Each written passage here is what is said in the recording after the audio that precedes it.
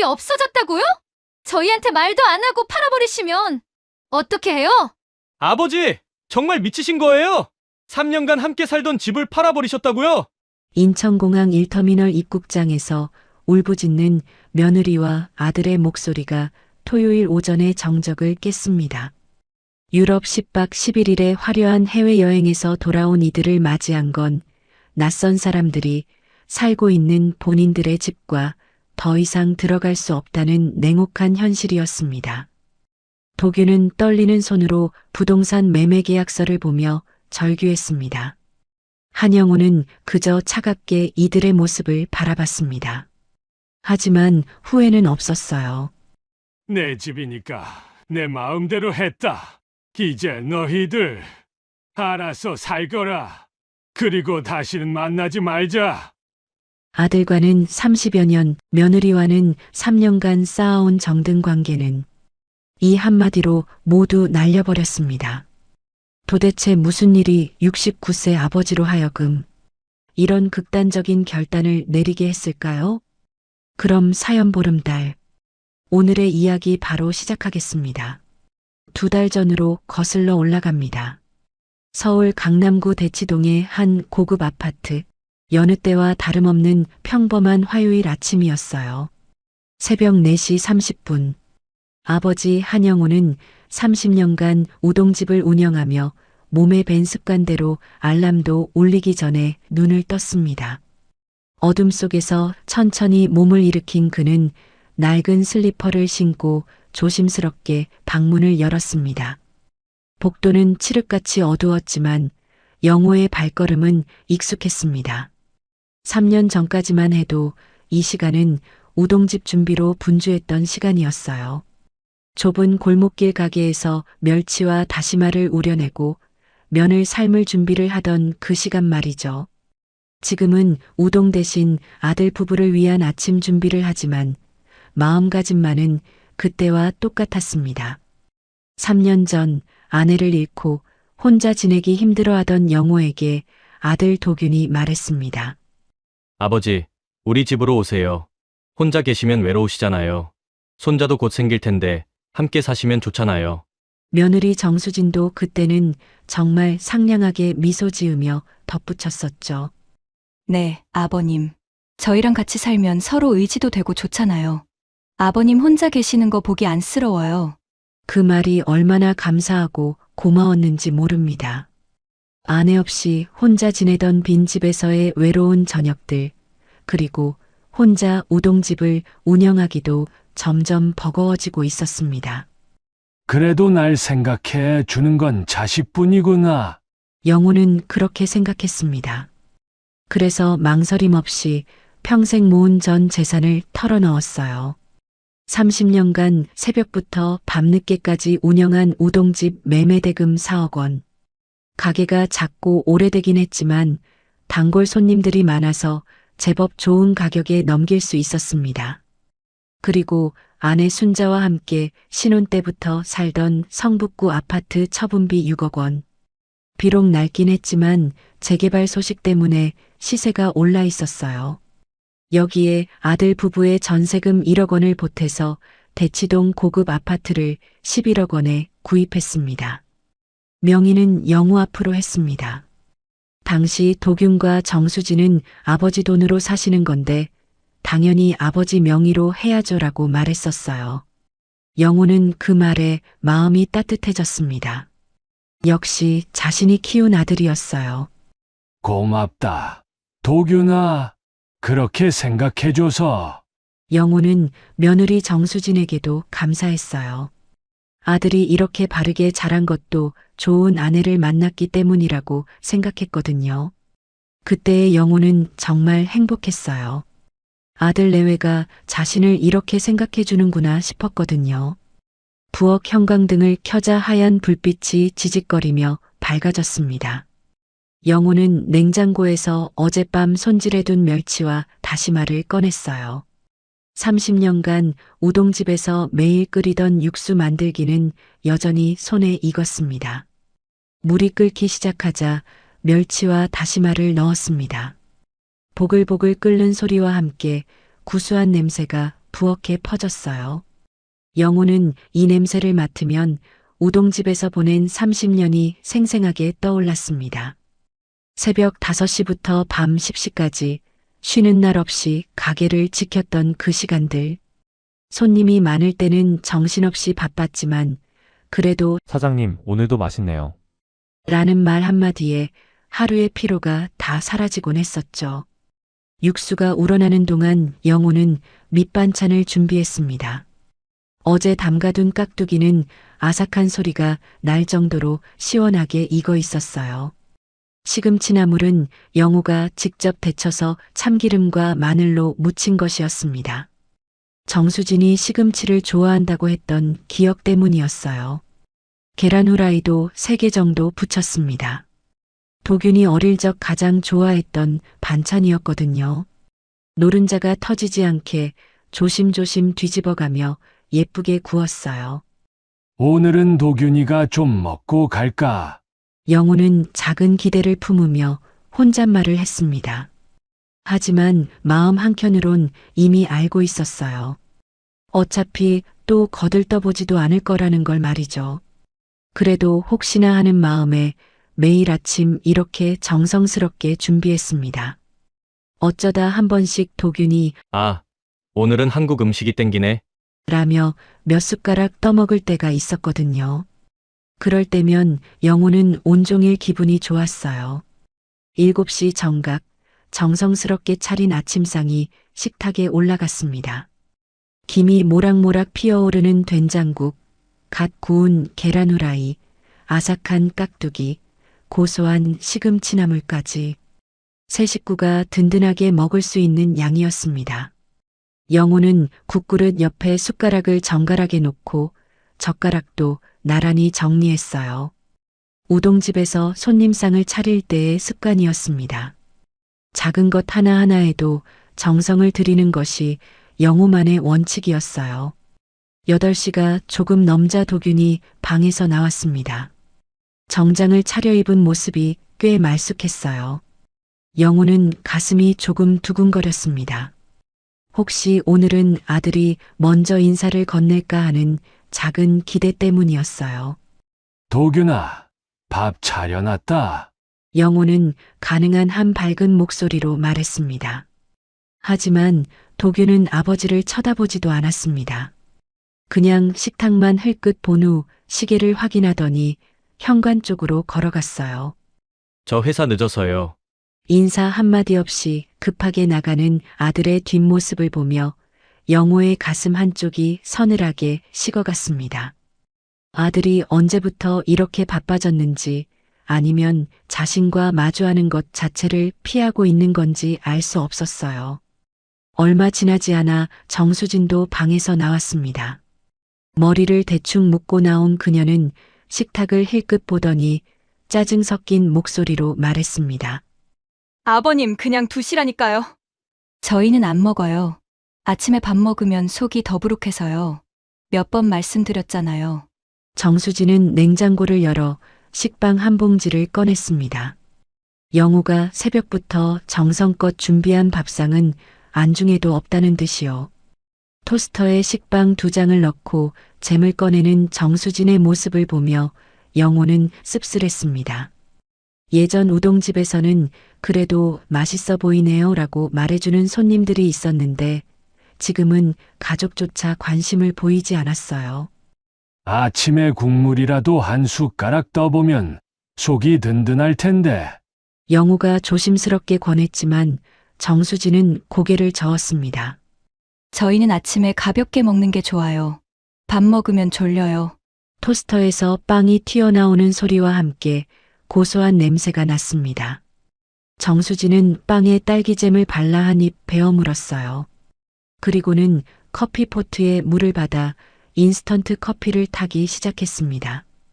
영호는 혼자 식탁에 앉아 아직 김이 나는 된장국을 떠먹었습니다. 정성껏 끓인 육수에 두부와 미역이 둥둥 떠 있었어요. 짠맛이 딱 적당했습니다. 또 혼자 먹는구나. 영호는 긴 한숨을 내쉬며 계란 후라이를 젓가락으로 찢어 먹었습니다. 노른자가 터져 나오며 하얀 밥과 섞였어요. 정수진이 빵을 다 먹고 컵에 든 커피를 후후 불며 마셨습니다. 그리고는 가방을 챙기더니 현관으로 향했어요. 아버님, 저도 나가요. 오늘 일찍 들어올 수 있을지 모르겠어요. 그래, 조심해서 다녀와라. 영우가 대답했지만 정수진은 이미 문을 닫고 나간 후였습니다. 텅 빈 집에 영우 혼자 남았습니다. 정성껏 차린 아침상의 반찬들은 거의 그대로 남아 있었어요. 김이 서서히 식어가는 된장국, 아무도 손대지 않은 깍두기와 시금치 나물. 이런 일이 벌써 몇 달째 계속되고 있었습니다. 처음 한 달 정도는 젊은 사람들은 원래 그런가 보다 생각했어요. 아침에 바빠서 그런 거겠거니 이해하려고 했습니다. 하지만 이제는 확신했습니다. 자신이 이 집에서 짐덩어리가 되어버렸다는 것을요. 영우는 설거지를 하면서 30여 년간 우동집에서 보낸 시간들을 떠올렸습니다. 그때는 비록 힘들었지만 보람이 있었어요. 손님들이 맛있다고 말해주고 사장님 덕분에 든든하게 먹었습니다라고 인사하며 나갈 때의 그 기분. 지금은 가족을 위해 같은 정성으로 음식을 해도 아무도 알아주지 않았습니다. 내가 정말 이렇게 투명인간이 된 건가? 영우는 그릇을 닦으며 혼잣말을 했습니다. 찬물에 손이 시려워졌지만 계속해서 설거지를 했어요. 할 일이라도 있어야 하루가 지나가니까요. 그렇게 또 하루가 시작되었습니다. 아무도 관심 갖지 않는 아침, 아무도 고마워하지 않는 정성, 아무도 알아주지 않는 사랑이 담긴 하루 말이에요. 그렇게 무시받는 아침이 몇 달째 계속되던 어느 날 저녁이었습니다. 저녁 6시, 평소와 다름없이 차려진 식탁 앞에 영호, 도균, 그리고 며느리 정수진이 자리를 잡았습니다. 김치찌개 냄새가 은은하게 퍼지는 가운데 영호는 오늘만큼은 가족이 함께 식사하는 시간이 되기를 조용히 바라고 있었어요. 평소보다 분위기가 좋아 보였거든요. 도균도 오늘 김치찌개 맛있네요 라고 말했고 정수진도 아버님이 직접 담그신 김치가 정말 맛있어요 라고 칭찬까지 했으니까요. 영호는 그 말 한마디에 하루 종일 쌓였던 서운함이 눈 녹듯 사라지는 걸 느꼈습니다. 그래, 역시 우리 가족이지. 영호는 속으로 흐뭇해하며 밥을 떠먹었어요. 오랜만에 세 식구가 둘러앉아 대화를 나누는 저녁 시간이었습니다. 그런데 정수진이 갑자기 젓가락을 내려놓으며 깊은 한숨을 내쉬었습니다. 평소와 다른 무거운 분위기였어요. 아, 그러고 보니 말씀드릴 게 있어요. 정수진의 목소리에 평소와 다른 무게감이 실려 있었습니다. 마치 뭔가 중대한 발표를 앞둔 것 같았어요. 영우와 도균이 동시에 고개를 들며 그녀를 바라봤습니다. 정수진은 잠시 망설이는 듯 입술을 꾹 다물었다가 천천히 입을 열었어요. 친정어머니가 유방암 진단을 받으셨어요. 그 말과 함께 식탁 분위기가 순식간에 무거워졌습니다. 영우는 젓가락을 든 손을 멈추고 며느리를 걱정스럽게 바라봤어요. 아무리 사이가 서먹해졌다고 해도 가족이 암 진단을 받았다는 소식에 무관심할 수는 없었거든요. 그럼 큰일이네. 몇 기라고 하셨어? 3기래요. 의사 선생님이 빨리 수술하고 항암 치료를 시작해야 한다고 하시더라고요. 정수진의 목소리가 점점 작아졌어요. 그런데 영우는 뭔가 이상한 걸 느꼈습니다. 정말 어머니가 유방암 3기 진단을 받았다면 더 당황스러워해야 할 텐데 정수진의 반응이 어딘지 차분했거든요. 도균이 깜짝 놀란 표정으로 아내의 손을 잡았습니다. 정말 유방암이 3기면 꽤 진행된 거 아니야? 언제 수술하신다고 하셨어? 다음 주 화요일에 유방 절제술을 하신대요. 그리고 바로 항암 치료에 들어가시고. 문제는 정수진이 말을 멈추고 도균을 바라봤어요. 그 순간 영호는 두 사람 사이에 오가는 묘한 눈빛을 포착했습니다. 마치 미리 준비된 대화를 하는 것 같은 어색함이 그 안에 담겨 있었어요. 제가 병원에서 간병을 해드려야 할 것 같아요. 유방암 수술 후에는 보호자가 계속 있어야 한다고 하더라고요. 그럼 당연히 가서 모셔야지. 그런데 얼마나 오래 있어야 해? 도균의 반응도 왠지 어색했습니다. 진짜 놀라는 사람 같지 않고 뭔가 연기하는 듯한 느낌이었어요. 최소 2주는 있어야 할 것 같아요. 수술하고 회복하는 동안, 그리고 첫 번째 항암 치료까지 받으시는 걸 지켜봐야 하니까. 영호는 고개를 끄덕이며 위로의 말을 건넸습니다. 그래, 그럼 당연히 가야지. 유방암이라니. 어머니가 얼마나 충격이 크시겠어. 네, 감사해요, 아버님. 그런데 또 문제가. 정수진이 다시 도균을 바라보자 도균이 마치 신호라도 받은 듯 입을 열었어요. 아, 그런데 나도 마침 부산으로 출장이 잡혔어. 회사에서 갑자기 연락이 왔는데 신규 공장 점검으로 2주 정도 가야 한다고 하네. 어머, 그럼 어떡하지? 둘 다 집을 비우게 되네.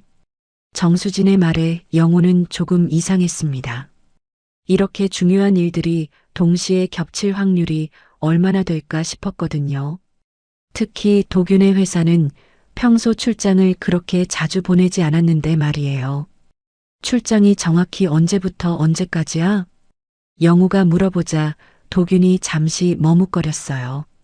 다음 주 월요일에 출발해서 2주 후 일요일에 돌아온다고 했어요. 그럼 우리 둘 다 거의 같은 시간에 집을 비우는 거네. 정수진과 도균이 서로 바라보며 짧은 시선을 교환했어요. 영우는 그때 별다른 생각이 들지 않았어요.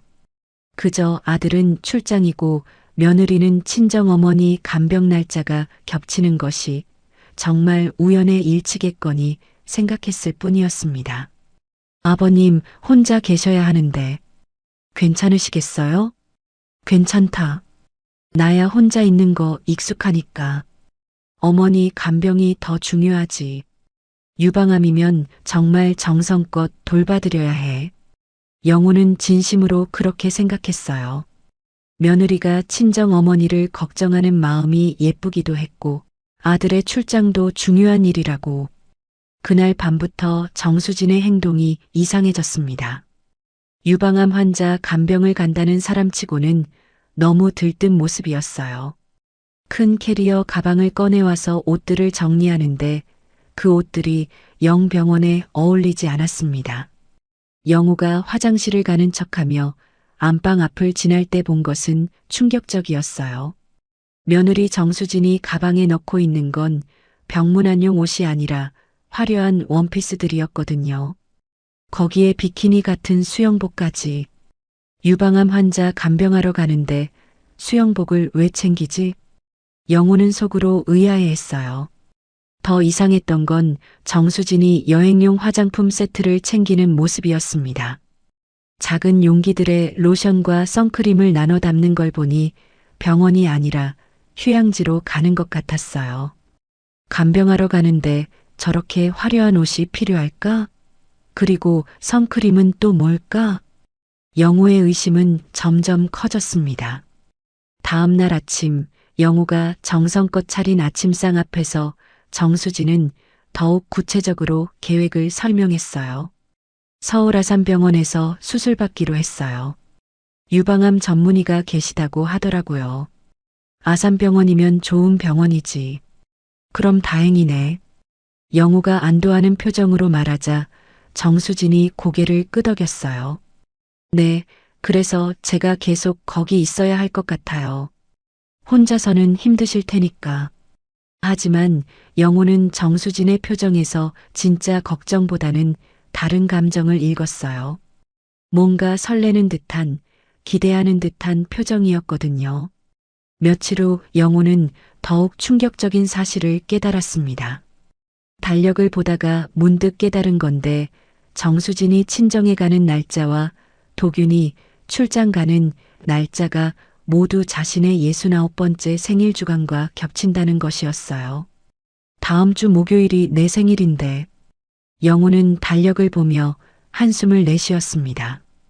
아들 부부가 모두 집을 비운다면 자신의 69번째 생일을 혼자 보내야 한다는 뜻이었거든요.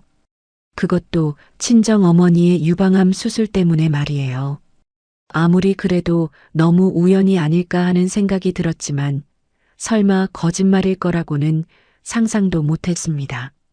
영호는 그날 밤 잠들기 전까지 복잡한 마음이었어요. 뭔가 석연치 않은 기분은 지울 수 없었지만 가족의 유방암이라는 중대한 상황 앞에서 자신의 생일 따위는 별것 아니라고 생각하려 했습니다. 사실 올해 생일은 영호에게 정말 특별한 의미가 있었습니다. 3개월 전 도균이 직접 제안했었거든요. 그날도 지금처럼 세 식구가 저녁 식사를 하고 있었는데 도균이 갑자기 진지한 표정으로 말을 꺼냈었어요. 아버지, 이번 생일은 정말 특별하게 해드리고 싶어요. 아버지가 30년 동안 우동집 하시면서 정말 고생 많으셨는데 우동집 정리하신 것도 제대로 축하 못 해드려서 항상 죄송했어요. 이번 생일에는 그동안 못다한 마음까지 다 담아서 해드리고 싶어요. 도균의 목소리에는 미안함이 담겨 있었어요. 영호는 그 말을 듣고 깜짝 놀랐어요. 평소 생일에 별로 관심을 보이지 않던 아들이 먼저 생일 얘기를 꺼낸 거였거든요. 평소 무뚝뚝하던 아들이 이렇게 감정을 드러내는 게 신기할 정도였습니다. 평생 남 위에서만 음식 만드셨으니까 이번에는 아버지가 최고 대접받으시는 거예요. 정수진도 그때는 정말 진심으로 동조했었어요. 네, 아버님. 저도 그때 정말 미안했어요. 우동집 그만두신 게 얼마나 큰 인생의 전환점이셨는데 이제라도 늦었지만 제대로 축하해드리고 싶어요. 그 말들이 얼마나 고마웠는지 몰라요. 영호는 그 순간 정말 눈시울이 뜨거워졌었거든요. 자신의 인생 전환점을 이렇게 기억해주는 가족이 있다는 사실이 그렇게 감사할 수가 없었어요. 그렇게까지 생각해주니 정말 고맙구나. 영호가 진심을 다해 말했습니다. 그리고 도균이 환하게 웃으며 말했습니다.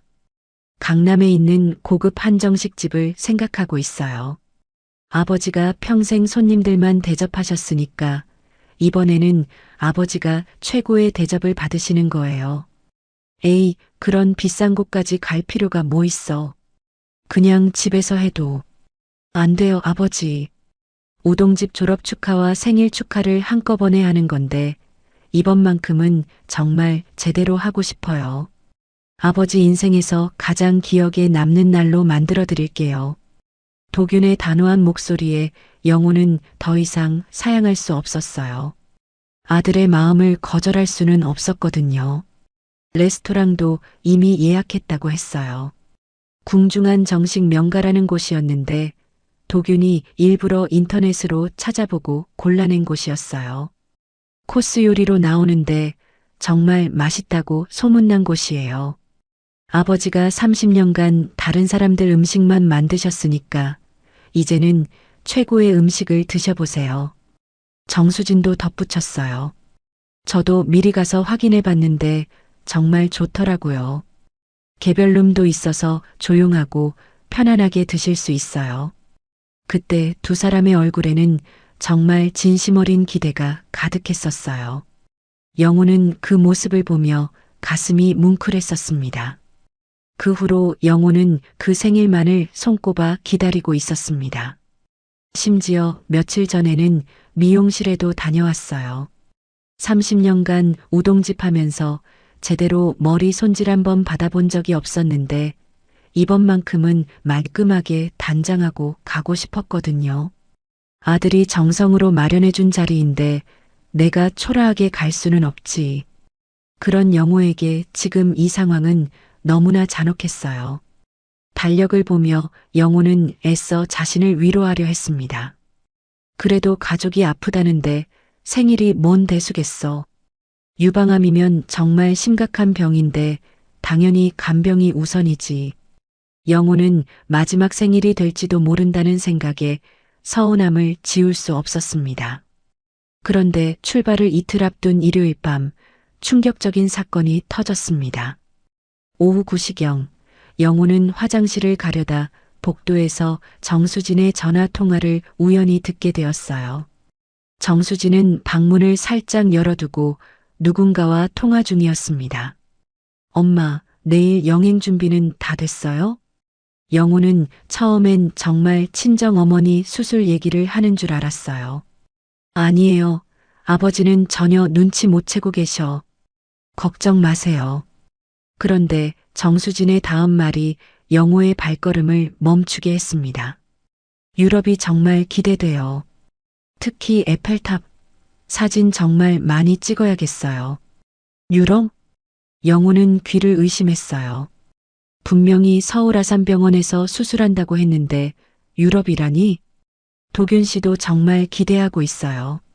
처음 가는 유럽 여행이라고 벌써부터 설레한대요. 영호의 온몸이 차갑게 식어갔습니다. 아버지한테는 절대 들키지 않게 조심할게요. 그 순간 영호는 모든 것을 이해했습니다. 친정어머니의 유방암 수술이라는 것은 처음부터 거짓말이었고 실제로는 유럽 가족여행을 가는 것이었어요. 작년에는 친정아버지 칠순이라고 친정 식구들과 동남아를 갔었는데 이번에 또 유럽이라니. 그래도 10박 11일이나 비우는 거라 좀 미안하긴 해요. 영호는 벽에 기대서 주저앉았어요. 네, 알겠어요. 그럼 내일 공항에서 만나요. 정말 재밌게 놀다 와요. 전화가 끊어진 후 정수진이 방에서 나와 우연히 아버지와 마주쳤습니다. 정수진은 순간 깜짝 놀랐어요. 아버지가 거실에 서 있는 모습을 보고 가슴이 철렁 내려앉았습니다. 혹시 전화 내용을 들었을까? 아버님? 화장실 다녀오세요? 응. 영호는 간신히 대답하고 화장실로 향했어요. 하지만 다리에 힘이 풀려서 걷기가 힘들었습니다. 정수진은 아버지의 뒷모습을 지켜보며 불안했어요. 혹시 들었을까? 아니야, 못 들었을 거야. 들었으면 뭔가 반응을 보였겠지. 정수진은 가슴을 쓸어내리며 자신의 방으로 돌아갔어요. 화장실에서 거울을 보니 얼굴이 새하얗게 변해 있었어요. 10박 11일. 유럽 여행. 거짓말. 그동안 느꼈던 이상한 분위기, 정수진이 캐리어에 넣던 화려한 옷들, 도균이 출장 간다던 말까지. 모든 것이 이제야 이해됐습니다. 영호는 그때야 깨달았습니다. 아들 부부가 자신의 69번째 생일을 까맣게 잊고 유럽 여행을 계획했다는 것을, 그것도 친정어머니 수술이라는 거짓말을 하면서 말이에요. 문득 지난 몇 년간의 일들이 떠올랐어요. 작년에도 친정아버지 칠순이라서 하며 처가 식구들과 동남아 여행을 갔었습니다. 그때도 영호는 혼자 집을 지켰어요. 재작년에는 친정어머니 생신 때문에 제주도로 2박 3일 여행을 갔었죠. 역시 영호만 빼고 말이에요. 왜 항상 처가 어르신들과만 여행을 가는 거지? 그때마다 영호는 속으로 서운해했지만 내색하지 않았어요. 며느리 입장에서는 친정 부모님이 더 편하고 소중할 수도 있다고 이해하려 했거든요. 나도 같이 가면 안 되나? 하고 조심스럽게 물어본 적도 있었어요. 아버님은 여행 다니시는 거 불편하시잖아요. 집에서 편히 쉬세요. 정수진의 그 말에 영호는 더 이상 말하지 못했었습니다. 하지만 마음 한편으로는 생각했어요. 정말 자신이 불편한 존재일까? 아니면 그냥 함께하고 싶지 않은 걸까? 그런데 이번에는 친정어머니 수술이라는 거짓말까지 하면서 유럽 여행을 간 거였어요. 결국 나는 정말 가족이 아니었구나. 영호는 그제야 깨달았습니다. 자신은 이 집에서 정말로 외톨이였다는 것을. 더욱 충격적인 건 아들 도균도 이 모든 계획에 동참했다는 사실이었어요. 부산 출장이라는 것도 거짓말이었던 겁니다. 나를 속이고 처가 식구들과 유럽 여행을 가다니. 생일을 특별히 챙겨주겠다던 약속도 까맣게 잊어버렸구나. 그때 영호의 머릿속에 며칠 전 정수진이 짐을 싸던 모습이 떠올랐어요. 화려한 원피스들, 카디건, 여행용 운동화, 유럽 날씨에 맞는 옷들. 모든 것이 이제야 이해됐습니다. 유방암 환자 간병하러 간다면서 유럽 여행용품을 챙기고 있었구나. 영호는 자신의 순진함이 한심했어요. 모든 증거가 눈앞에 있었는데도 가족을 의심하지 못했던 자신이 바보 같았습니다. 영호의 마음속에서 지금까지 한 번도 느껴보지 못했던 감정이 치솟기 시작했어요. 단순한 서운함을 넘어선 배신감과 분노였습니다. 30년간 우동집에서 흘린 땀방울들, 아들을 위해 참아낸 모든 고생들, 아내와 함께 꿨던 소박한 꿈들이 한순간에 무너져 내리는 것 같았어요. 내가 이 집에서 얼마나 투명인간 취급을 받고 있는 거지? 영호는 주먹을 꽉 쥐었어요. 69번째 생일을 앞둔 시점에서 이런 배신을 당하다니 너무도 잔혹한 현실이었습니다. 사실 영호에게는 아들 부부도 모르는 더 큰 비밀이 있었습니다. 2달 전 정확히는 정수진이 유럽 여행을 계획하기 시작한 바로 그 무렵이었어요. 영호는 며칠 전부터 계속되는 기침과 가슴 답답함 때문에 병원을 찾았습니다. 처음에는 단순한 감기라고 생각했어요. 나이가 들면서 감기가 오래가는 것쯤으로만 여겼거든요. 혹시 몰라서 정밀 검사를 해보시죠. 의사의 말에 영호는 별 생각 없이 CT 촬영과 각종 검사를 받았어요. 3일 후 재검진 날이었습니다. 가족분과 함께 오시라고 했는데 아들이 바빠서 혼자 왔습니다. 괜찮죠? 영호는 혼자서 진료실에 앉아 있었어요. 의사의 표정이 심상치 않았습니다. 검사 결과가 나왔습니다. 의사가 모니터를 돌려서 영호에게 보여주었어요.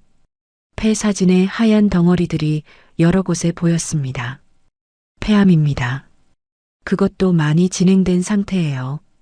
3기에서 4기 사이입니다. 림프절로도 전이되었고, 그럼 얼마나? 적극적으로 치료하시면 1년, 치료를 포기하시면 6개월 정도. 영호는 그 자리에서 한동안 말을 할 수 없었어요. 69세의 나이에 받은 죽음의 선고. 그것도 혼자서 가족분들께 알리시고 치료 계획을 세우셔야 합니다. 의사의 말이 끝나는 순간 영호의 세상이 완전히 멈춰버렸어요. 귀에서는 윙하는 소리가 났고 눈앞이 하얘지면서 숨이 막혔습니다. 마치 깊은 물속으로 빨려 들어가는 것 같은 기분이었어요. 아니야. 이건 아니야. 영호는 속으로 계속 부정했어요. 69년을 살아오면서 큰 병 한 번 앓은 적 없던 자신이 갑자기 암에 걸렸다니 받아들일 수 없었습니다. 빨리 치료를 시작하셔야 해요. 의사의 단호한 말에 영호는 현실을 받아들일 수밖에 없었어요. 병원 복도로 나온 영호는 벽에 기대서 한참을 서 있었습니다. 다리에 힘이 풀려서 걷기 힘들었거든요. 내가 죽는다고? 69년간 살아오면서 죽음에 대해 생각해 본 적이 없었던 건 아니었어요. 하지만 막연한 미래의 일이라고 생각했었는데 갑자기 6개월에서 1년이라는 구체적인 숫자가 주어지니까 온몸이 떨렸습니다. 집으로 돌아가는 버스 안에서 영호는 창밖을 멍하니 바라봤어요. 순자야, 나 어떻게 하지? 살아있다면 함께 이 고통을 나눌 수 있었을 아내가 그리웠어요. 3년 전 먼저 세상을 떠난 아내 앞에서는 눈물을 참을 수 없었습니다. 순자야, 나도 곧 너한테 갈 것 같아. 무서워. 정말 무서워. 혼자서 죽음을 맞는다는 게 이렇게 무서운 일인지 몰랐어요. 가슴이 답답하고 숨이 제대로 쉬어지지 않았습니다. 그래. 생일날 도균이한테 말해야겠어. 영호는 마음을 정했어요. 자신의 시한부 생명과 유산 문제를 아들에게 털어놓고 정리하기로 말이에요. 혼자 짊어지기에는 너무 무거운 짐이었거든요. 그런데 그 소중한 생일날, 마지막이 될지도 모르는 69번째 생일을 아들은 까맣게 잊고 거짓말로 여행을 간다는 거였어요. 내가 죽어간다는 걸 말하려고 했는데 영호는 생각만 해도 가슴이 찢어지는 것 같았어요. 생애 마지막 생일이 이렇게 홀로, 이렇게 허무하게 지나가 버린다는 사실이 병보다 더 아팠습니다. 집에 도착해 보니 도균과 정수진은 거실에서 노트북을 보며 뭔가 즐거워하고 있었어요. 나중에야 알았지만 바로 유럽 여행 계획을 세우고 있었던 거였습니다. 아버지 오셨어요? 병원은 어떠셨어요? 정수진이 형식적으로 물어봤어요. 응, 별거 아니야. 감기약만 받아왔어. 영호는 거짓말을 했어요. 이미 아들 부부가 자신에게 관심이 없다는 걸 알고 있었거든요. 폐암이라고 말해봐야 귀찮아할 것 같았습니다. 다행이네요. 저희 좀 바빠서요. 도균이 대충 대답하고는 다시 노트북 화면에 집중했어요. 영호는 방으로 들어가 혼자 앉아 있었습니다. 죽음의 공포와 외로움이 동시에 밀려왔어요. 그날 밤부터 영호는 매일 밤 죽음에 대한 두려움과 싸워야 했습니다. 혼자서 아무의 위로도 없이 매일 아침 정성껏 차려주는 밥상도 관심 없어 하는 아들 부부를 보며 더욱 서러웠어요. 내가 죽으면 누가 찾을까? 아들도 별로 신경 안 쓸 텐데. 그런 상황에서 친정 어머니 수술이라는 거짓말과 유럽 여행 계획을 알게 된 거였어요. 죽음 앞에서 혼자 떨고 있는데 아들은 거짓말을 하고 해외여행을 계획하고 있었던 것입니다. 영호는 지난 30년의 세월을 되돌아보기 시작했습니다. 영호가 처음 우동집을 시작한 건 도균이가 초등학교에 입학하던 해였어요. 성북구 안암동 뒷골목에 있는 작은 6평짜리 가게였습니다. 월세 70만 원에 권리금 500만 원까지 당시 영호에게는 엄청난 돈이었지만 가족을 먹여 살려야 한다는 절박함으로 시작했어요. 여보, 정말 우동집으로 아들 키울 수 있을까요? 아내가 불안해하며 물어봤을 때 영호는 자신 있게 대답했었죠. 걱정 마. 내가 정성껏 하면 손님들이 알아볼 거야. 우리 도균이 좋은 대학 보낼 때까지 열심히 하자. 그 약속을 지키기 위해 영호는 정말 악착같이 살았습니다. 매일 새벽 4시에 일어나서 멸치와 다시마로 육수를 우렸어요. 국물 맛이 생명인 우동이니까 하루도 성의 없이 한 적이 없었습니다. 좋은 멸치를 고르려고 남대문 시장까지 가서 직접 보고 샀고 다시마도 완도산 최고급만 골라 썼어요. 이 육수 맛만큼은 동네에서 최고로 만들어야 해. 영호는 육수 우리는 시간도 정확히 재며했습니다. 멸치는 20분, 다시마는 15분. 1분이라도 더 우리면 비린내가 나고 덜 우리면 깊은 맛이 나지 않았거든요. 면 삶는 것도 마찬가지였어요. 물이 팔팔 끓을 때 면을 넣고 정확히 3분 30초. 젓가락으로 면을 건져서 찬물에 한번 헹군 다음 다시 뜨거운 육수에 넣어야 쫄깃한 식감이 나왔습니다. 사장님, 여기 우동이 동네에서 제일 맛있어요.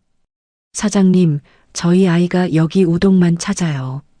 단골 손님들의 칭찬을 들을 때마다 영호는 뿌듯했지만 마음 한편으로는 항상 도균이 생각이었어요. 이 돈으로 도균이 학원비 낼 수 있겠구나. 도균이는 영호에게 있어서 전부였습니다. 늦둥이로 얻은 하나뿐인 아들이라 더욱 소중했어요. 이 아이만큼은 자신처럼 고생하지 않고 살게 해주고 싶었습니다.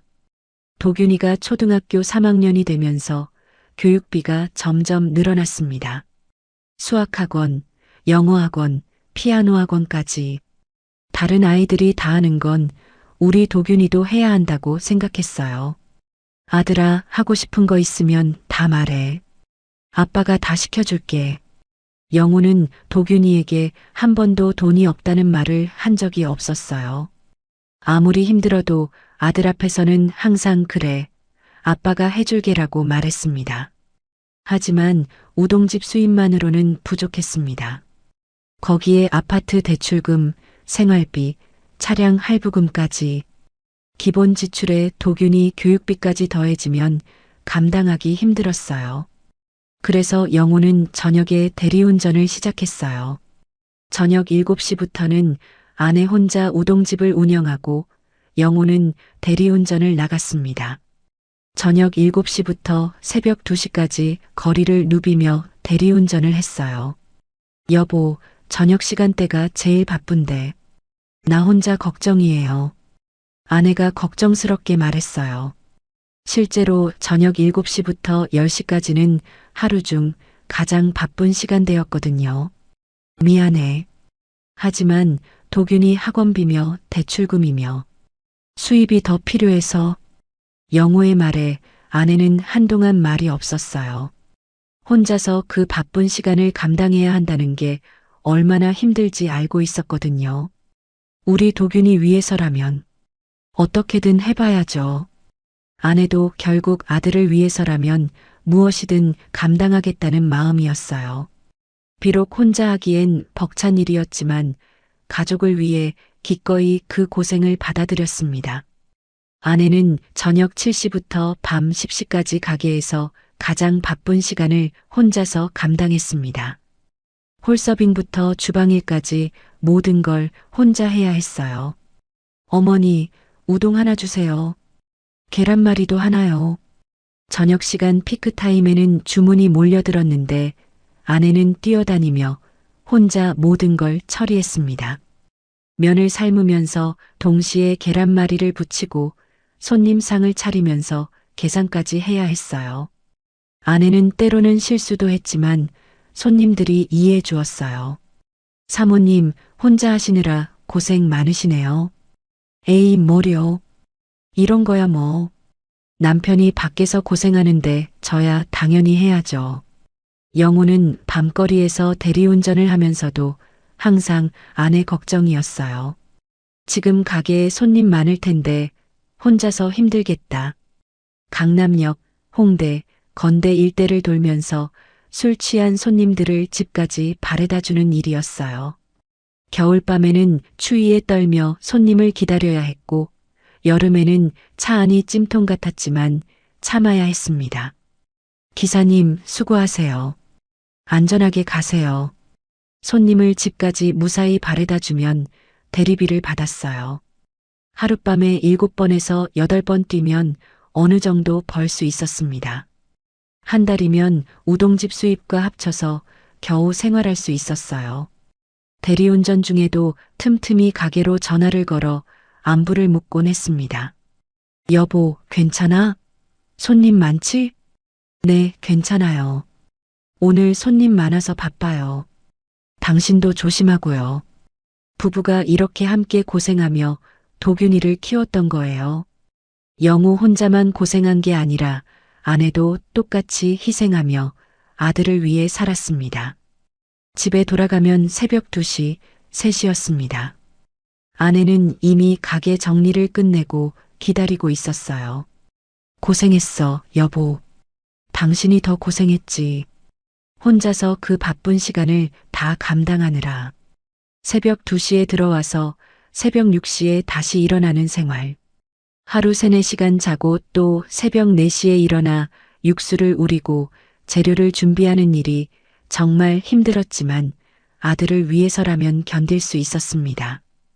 도균이는 정말 영특한 아이였어요. 공부도 잘하고 성격도 착했습니다. 영우가 새벽에 들어오는 것을 알고는 조용히 물 한 잔 갖다 놓기도 했어요. 아빠 고생 많으세요. 제가 커서 꼭 효도할게요. 그런 아들이 너무 기특해서 영우는 더욱 아껴주고 싶었습니다. 도균이가 갖고 싶다는 건 무엇이든 사줬어요. 비싼 운동화도, 최신 핸드폰도, 친구들과 놀러 가는 용돈도 다른 집 아이들보다 부족함 없이 키우고 싶었거든요. 친구들이 다 가진 건데 나만 없으면 창피해. 도균이가 그렇게 말하면 영호는 무조건 사줬어요. 그래, 우리 도균이가 친구들한테 뒤처지면 안 되지. 아빠가 사줄게. 아무리 돈이 없어도 아들 앞에서는 절대 어려운 내색을 하지 않았습니다. 우리 도균이는 정말 복받을 아이야. 이렇게 착한데 안 잘 될 리가 없어. 영호는 도균이를 하늘처럼 떠받들었어요. 아들이 하고 싶다는 건 무엇이든 허락했고 원하는 건 무엇이든 사줬습니다. 도균이가 중학교에 들어가면서 학원비는 더욱 늘어났어요. 입시학원, 수학 전문학원, 영어 전문학원까지 한 달 학원비만 120만 원이었습니다. 아들아, 혹시 힘들면 학원 좀 줄여도 돼. 아니야, 아빠. 나 꼭 좋은 고등학교 가서 아빠 자랑스러운 아들 될 거야. 도균이의 그 말에 영호는 더욱 열심히 일했어요. 우동집 매출이 부족하면 대리운전을 더 많이 뛰었고 잠자는 시간을 더 줄여가면서라도 수입을 늘리려고 노력했습니다. 도균이가 고등학교에 들어갈 때 특목고 준비로 많은 비용이 들었지만 영호는 대리운전을 더욱 열심히 했어요. 아버지, 너무 무리하시는 거 아니에요? 제가 일반고 가도 돼요. 무슨 소리야? 아빠는 괜찮아. 도균이가 원하는 걸 해주는 게 아빠 행복이야. 내가 하고 싶은 대로 해. 그때 도균이가 걱정스러워하자 영호는 웃으며 말했어요. 30년간 이렇게 살아왔습니다. 영호와 아내는 자신들의 꿈, 자신들의 행복은 모두 포기하고 오직 아들만을 위해 살았어요. 도균이가 명문대에 합격했을 때 영호는 정말 울었어요. 15년간의 고생이 보상받는 기분이었습니다. 아빠, 제가 좋은 회사 들어가서 꼭 효도할게요. 그래, 우리 도균이가 최고야. 아빠가 자랑스럽다. 대학 4년 동안도 영호는 등록금, 생활비, 용돈까지 모든 걸 대줬어요.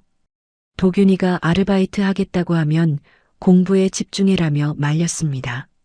도균이는 공부만 열심히 하면 돼. 돈 걱정은 아빠가 할 테니까. 도균이가 취업해서 결혼할 때도 영호는 결혼 자금을 모두 대줬어요. 5천만 원이라는 큰 돈이었지만 아들을 위해서라면 아까울 게 없었습니다. 30년간 하루도 안 쉬고 일하며 모은 돈으로 이 집을 샀는데 영호는 주먹을 꽉 쥐었어요. 내가 아들한테 안 된다고 말한 적이 한 번이라도 있었나? 원하는 건 다 해줬는데 내 마지막 생일이 될지도 모르는데 거짓말을 하고 유럽 여행이나 가고 있었구나. 30년간 쌓았던 아버지의 사랑이 한순간에 분노로 바뀌는 순간이었습니다. 이제 진짜 끝이다. 더 이상은 안 되겠어.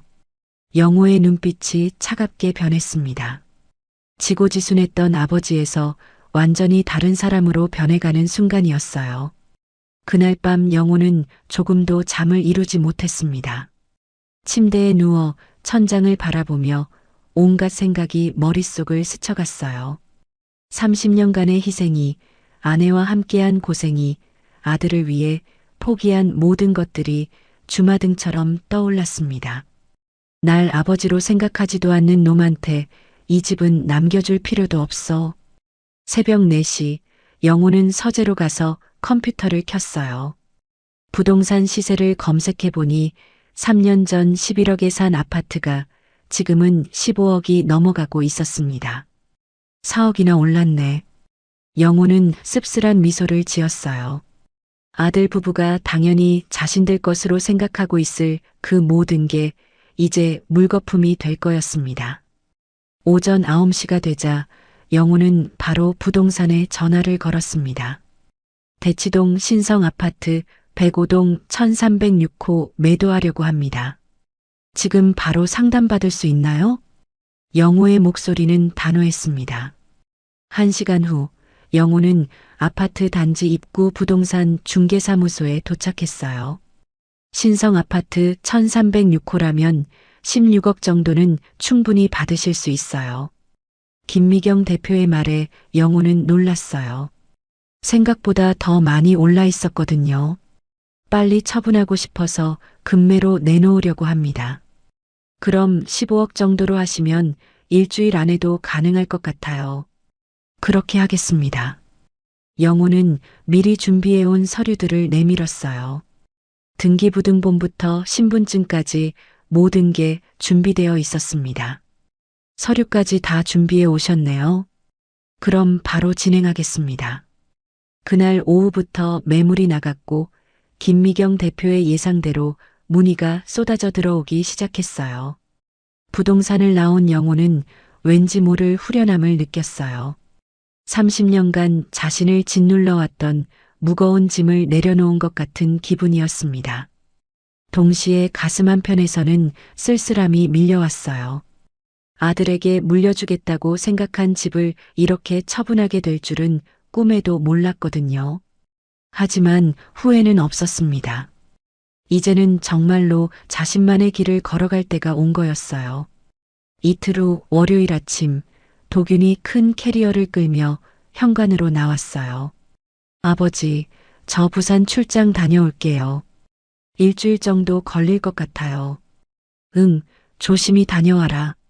같은 시간 정수진도 자신의 방에서 여행용 가방을 들고 나왔습니다. 아버님, 저도 오늘 친정어머니 수술 때문에 가야 해요.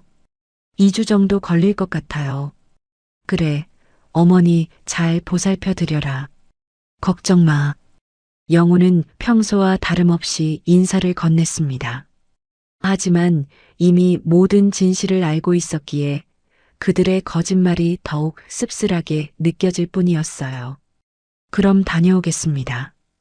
도균과 정수진은 각각 택시를 타고 떠났어요.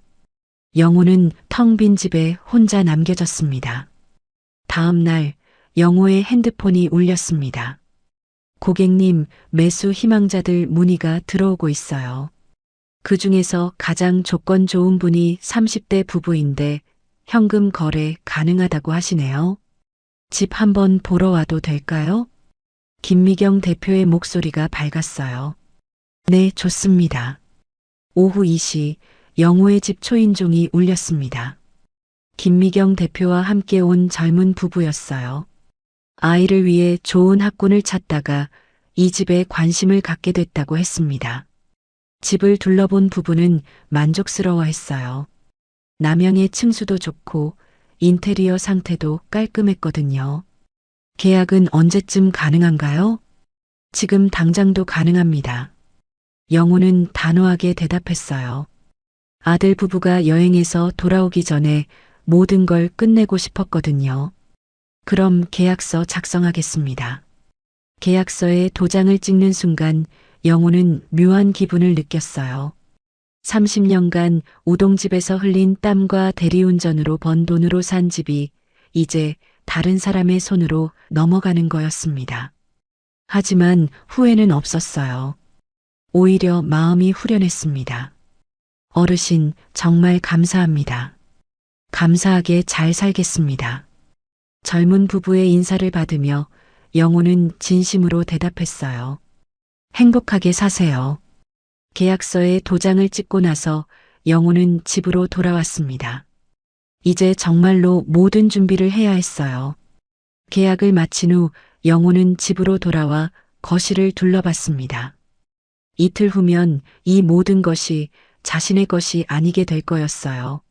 3년 동안 살았던 추억들, 아들 부부와 함께했던 시간들이 떠올랐지만 이제는 미련이 없었습니다. 영호는 서재로 가서 편지지를 꺼냈어요. 그리고 또박또박 글씨를 써내려갔습니다. 도균아, 나는 30년 동안 너에게 아비로서 최선을 다했다. 그런 나에게 너는 나를 필요 없는 짐짝 정도로 취급을 하더구나. 너희들이 나한테 어떻게 했는지는 너희가 더 잘 알 것이다. 나는 이제 내 인생을 살련다. 너희도 아빠 없다 생각하고 너희 인생을 살아라. 나는 고향에서 내 남은 인생을 살려고 한다. 나를 찾지 말아라. 더 이상 보고 싶지가 않구나. 아버지가 편지를 다 쓰고 나니 가슴 한편이 시원해졌어요. 그동안 쌓인 모든 분노와 서운함을 토해낸 기분이었습니다. 영호는 편지를 식탁 위에 놓고 작은 여행 가방을 꺼냈습니다. 많은 것이 필요하지 않았어요. 옷 몇 벌과 중요한 서류들, 그리고 아내의 사진 한 장이면 충분했습니다. 이제 정말 내 인생이야. 영호는 가방을 들고 집을 둘러봤습니다. 30년간의 고생이 만들어낸 이 모든 것을 뒤로하고 새로운 시작을 할 준비가 되었어요. 복수는 시작되었고 진짜 해방이 눈앞에 다가왔습니다. 영호는 핸드폰을 꺼내 연락처를 뒤져봤습니다. 그리고 박철수라는 이름을 찾아 전화를 걸었어요. 박철수 씨는 영호와 같은 고향 출신으로 4살 아래 동생 같은 존재였습니다. 25년 전 우동집의 단골 손님이었던 그는 당시 인근 회사에서 일하면서 거의 매일 점심시간에 우동을 먹으러 왔었어요. 고향이 같다는 친밀감과 성격도 잘 맞아서 형님으로 모시며 오랫동안 연락을 주고받는 사이였습니다. 5년 전 정년퇴직을 하면서 철수는 고향인 통영으로 내려갔어요. 그때 영호는 철수를 부러워했었습니다. 나이가 들면 고향에서 여유롭게 살고 싶다는 생각을 늘 하고 있었거든요. 철수도 그런 영호의 마음을 알고 있었는지 떠나면서 이렇게 말했었어요. 형님, 저 먼저 자리 잡고 있을 테니까 가게 정리되면 통영으로 내려오세요. 같이 살아요. 그 후로 철수는 바다가 보이는 작은 집을 사서 텃밭도 가꾸며 여유롭게 살고 있었습니다. 가끔 보내오는 사진 속 철수의 모습은 정말 행복해 보였어요. 여보세요, 철수야? 형님, 정말 오랜만이에요. 어떻게 지내세요? 응, 난 잘 지내고 있지. 철수야, 갑자기 부탁이 있어서 전화했다. 혹시 통영에서 바다가 보이는 작은 집 하나 구할 수 있겠나? 집을 구하시게요? 무슨 일이세요, 형님? 영호는 간단히 상황을 설명했습니다. 아들 부부와의 갈등, 집을 판 것, 새로운 시작을 하고 싶다는 것까지. 아이고, 형님도 참 고생이 많으셨네요. 집은 구할 수 있어요. 마침 저희 마을에 바다가 잘 보이는 집이 하나 나왔거든요. 주인이 부산으로 이사 가면서 급하게 내놨어요. 정말? 어떤 집인데? 단층 집인데 깔끔하고 좋아요. 바다까지 도보로 5분이고 마당도 있어서 텃밭 가꾸기에도 좋고요. 가격도 합리적이고요. 그럼 내가 미리 한번 보고 괜찮으면 연락 줘. 내가 바로 내려가서 계약할게. 알겠습니다, 형님. 내일 주인하고 얘기해보고 사진도 찍어서 보내드릴게요. 근데 언제쯤 오실 생각이세요? 모레쯤 내려갈 예정이야. 영호는 아들이 돌아오기 전에 식탁 위에 편지 한 장을 남겨두고 작은 여행 가방 하나만 들고 집을 나섰습니다. 통영행 버스에 몸을 맡기며 영호는 창밖을 바라봤습니다. 아들에게 남긴 편지가 제대로 전해질까 생각하니 가슴이 먹먹했지만 후회는 없었어요. 며칠 후 인천공항 입국장에서 도균과 정수진 그리고 정수진의 부모님이 함께 나왔습니다. 정말 꿈 같았어, 여보. 정수진이 무거운 캐리어를 끌면서도 환한 미소를 지었어요.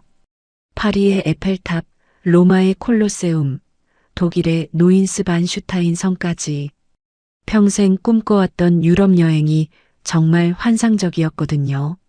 정수진의 어머니가 옆에서 웃으며 말했어요. 정말 고마워, 수진아. 평생 못 갈 줄 알았던 유럽을 이렇게 가게 해줘서. 파리에서는 정말 꿈만 같았어. 도균도 만족스러워했어요. 처가 부모님과 함께한 가족여행이 성공적이었거든요. 고급 호텔에서 머물며 미슐랭 레스토랑에서 식사하고 명품 쇼핑까지 정말 호화로운 여행이었습니다. 그런데 아버지는 혼자 계셔도 괜찮으셨을까? 정수진이 문득 걱정스러운 표정을 지었어요. 물론 진짜 걱정이라기보다는 형식적인 말이었지만요. 괜찮으시겠지. 아버지는 혼자 계시는 거 익숙하시잖아. 어머니 수술도 잘 되었다고 얘기하면 그만이고. 도규는 별로 신경 쓰지 않는 듯 말했어요. 사실 여행 내내 아버지 생각은 거의 하지 않았었거든요. 그래도 2주나 비웠는데 뭔가 사드려야겠어. 면세점에서 산 위스키 있잖아. 그거 드리면 되겠지. 두 사람은 그렇게 가벼운 마음으로 집으로 향했습니다. 아직까지는 집에 어떤 일이 벌어졌는지 전혀 모른 채였어요. 공항철도와 지하철을 갈아타고 대치동으로 가는 길, 정수진은 핸드폰으로 여행 사진들을 정리했습니다. 이 사진들 정말 예쁘게 나왔네. 나중에 엄마한테 보여드려야겠어. 응, 어머님이 좋아하실 것 같아. 그들은 아직도 자신들의 거짓말이 완벽하다고 생각하고 있었어요. 아버지가 친정 어머니 수술이라는 말을 그대로 믿고 있다고 생각했거든요. 오전 11시 드디어 대치동 신성 아파트에 도착했습니다. 익숙한 아파트 단지를 보니 정말 집에 온 기분이었어요. 역시 집이 최고야. 도균이 캐리어를 끌며 엘리베이터를 탔습니다. 13층을 누르자 익숙한 기계음이 들렸어요. 엘리베이터에서 내려 1306호 앞에 선 순간 도균은 이상한 걸 느꼈습니다. 번호키가 새 걸로 바뀌었네. 현관문의 디지털 도어락이 완전히 새 제품으로 교체되어 있었어요. 원래 있던 낡은 번호키와는 완전히 다른 최신형이었습니다. 뭐야 이게? 정수진도 깜짝 놀랐어요. 분명히 자신들이 사는 집인데 도어락이 바뀌어 있었거든요. 아버지가 도어락을 바꾸셨나? 도규는 평소 사용하던 번호를 눌러봤어요. 하지만 삐삐삐 하는 에러음과 함께 빨간 불이 들어왔습니다. 번호가 안 맞네. 뭐야, 왜 그래? 정수진도 당황하기 시작했어요. 분명히 자기 집인데 번호키가 안 맞다니 이해할 수 없는 상황이었거든요. 도균이 다시 한번 번호를 눌러봤지만 여전히 열리지 않았어요. 그때 문 안에서 소리가 났습니다. 누구세요? 낯선 남자 목소리였어요. 도균과 정수진은 서로를 바라보며 어리둥절했습니다.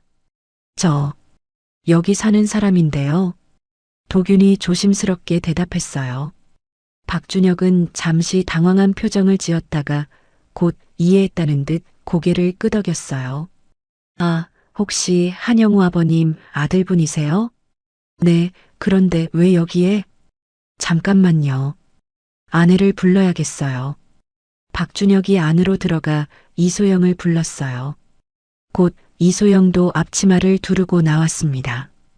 혹시 한영우 아버님 아들분들이세요? 이소영이 조심스럽게 물어봤어요.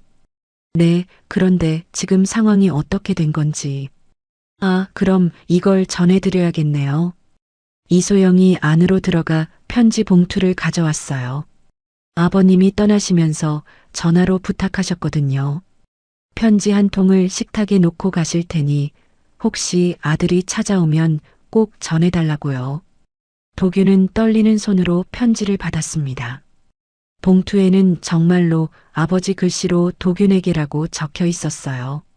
아버지가 언제 이걸 주셨죠? 이틀 전 일전에 저희가 이사 오면서 받았어요. 저희가 이 집을 샀거든요. 아버님께서 떠나시기 전에 미리 연락 주셔서 꼭 전해달라고 당부하셨어요. 집을 샀다고요? 정수진이 믿을 수 없다는 표정으로 물어봤어요. 네, 한영우 아버님께서 급하게 매물로 내놓으셔서. 박준혁의 말에 도균의 얼굴이 창백해졌어요. 이제야 상황을 이해하기 시작한 거였습니다. 그럼 지금 이 집은 저희 집이에요. 정식으로 매매 계약을 했고 잔금도 다 치렀어요. 도규는 비틀거리며 벽에 기댔어요. 머릿속이 하얘지면서 현실을 받아들일 수 없었습니다. 편지를 읽어보세요. 아버님이 꼭 읽어보라고 하셨어요. 이소영이 조심스럽게 말했어요. 도규는 떨리는 손으로 편지 봉투를 뜯었습니다. 아버지의 또박또박한 글씨가 눈에 들어왔어요. 편지를 다 읽은 도규는 그 자리에 주저앉았어요. 정수진도 편지 내용을 보고는 얼굴이 새하얘졌습니다. 왜? 아버지가 왜 이러시는 거야? 무슨 일이 있었던 거지? 우리가 뭘 잘못했다고. 두 사람은 도무지 이해할 수 없었어요. 분명히 잘 지내고 있었는데 갑자기 이런 일이 벌어진 이유를 알 수 없었거든요. 도규는 핸드폰을 꺼내 아버지께 전화를 걸었습니다. 하지만 현재 사용하지 않는 번호라는 안내 멘트만 들렸어요. 번호도 바꾸셨어. 도균의 목소리가 떨렸습니다. 혹시 아버님이 어디로 가셨는지 아세요? 글쎄요, 저희도 그것까지는 잘 모르겠어요. 정수진은 그제야 상황의 심각성을 깨달았어요. 아버지가 정말로 모든 연락을 끊으신 거였습니다. 도대체 무슨 일이 있었던 거야? 우리가 여행 가기 전까지만 해도 괜찮으셨는데 혹시 몸이 안 좋으시거나 아니면 무슨 충격적인 일이라도 있으셨나? 도균의 머릿속이 복잡해졌어요. 아버지가 갑자기 이런 극단적인 결정을 내린 이유를 도무지 이해할 수 없었거든요. 아버지를 찾아야 해. 분명히 무슨 오해가 있었을 거야. 그런데 어디서 찾지? 연락도 안 되는데. 오전 12시 갈 곳을 잃은 도균과 정수진은 캐리어를 끌고 아파트 로비로 내려왔어요. 2주간의 호화로운 유럽 여행 후 맞닥뜨린 현실은 너무나 충격적이었습니다. 일단 친구 집이라도 가야겠어. 그리고 아버지 찾는 방법을 생각해보자. 무슨 일이 있었는지 알아야 해. 아버지가 갑자기 이런 결정을 하실 리 없어. 하지만 아무리 생각해도 아버지가 왜 이런 일을 하셨는지 알 수 없었어요. 자신들이 여행을 간 2주 사이에 도대체 무슨 일이 벌어진 건지 완전히 미궁속이었습니다. 그들은 아직 자신들의 거짓말이 들킨 줄도 모른 채 단순히 아버지가 갑자기 변심하신 것으로만 생각하고 있었어요. 진짜 이유를 알게 되는 건 아직 시간이 더 걸릴 일이었습니다. 갈 곳을 잃은 도균과 정수진은 일단 근처 카페로 피했습니다. 도대체 무슨 일이 벌어진 거야? 도균은 커피잔을 붙들고 멍하니 앉아 있었어요. 아직도 현실이 믿어지지 않았거든요. 2주간의 환상적인 유럽 여행에서 돌아왔는데 집이 사라져버렸다니. 아버지가 갑자기 왜 이런 극단적인 결정을 하신 거지? 정수진도 이해할 수 없다는 표정이었어요.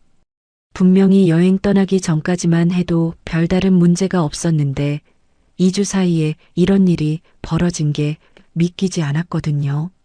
누군가에게 연락해서 상황을 파악해야겠어. 도균이 핸드폰을 꺼내 연락처를 뒤졌어요. 아버지와 가까운 사람들 중에서 연락할 만한 사람을 찾아봤는데 문득 고모 생각이 났습니다.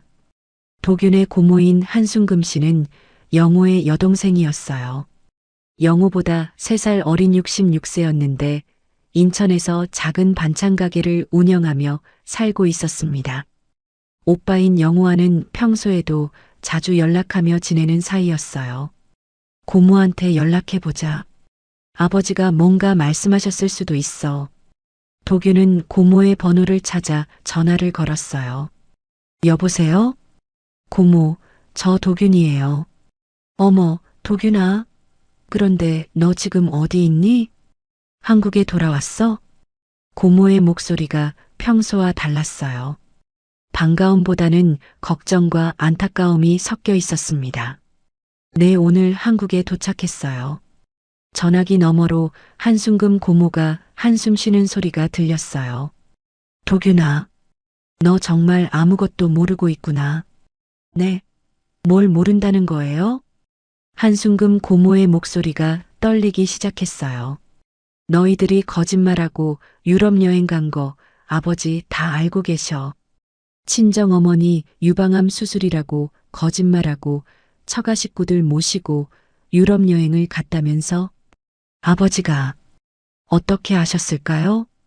도균의 목소리가 떨렸어요. 머릿속이 하얘지면서 아무 생각이 나지 않았습니다. 완벽하게 숨겼다고 생각했던 거짓말이 들통났다는 사실이 믿어지지 않았어요. 아버지께는 자신은 부산 출장, 정수진은 친정어머니 유방암 수술 간병이라고 각각 따로 말씀드렸는데 어떻게 유럽 여행이라는 걸 알게 되신 건지 도무지 이해할 수 없었습니다. 수진이가 친정어머니랑 통화하는 걸 우연히 들으셨대.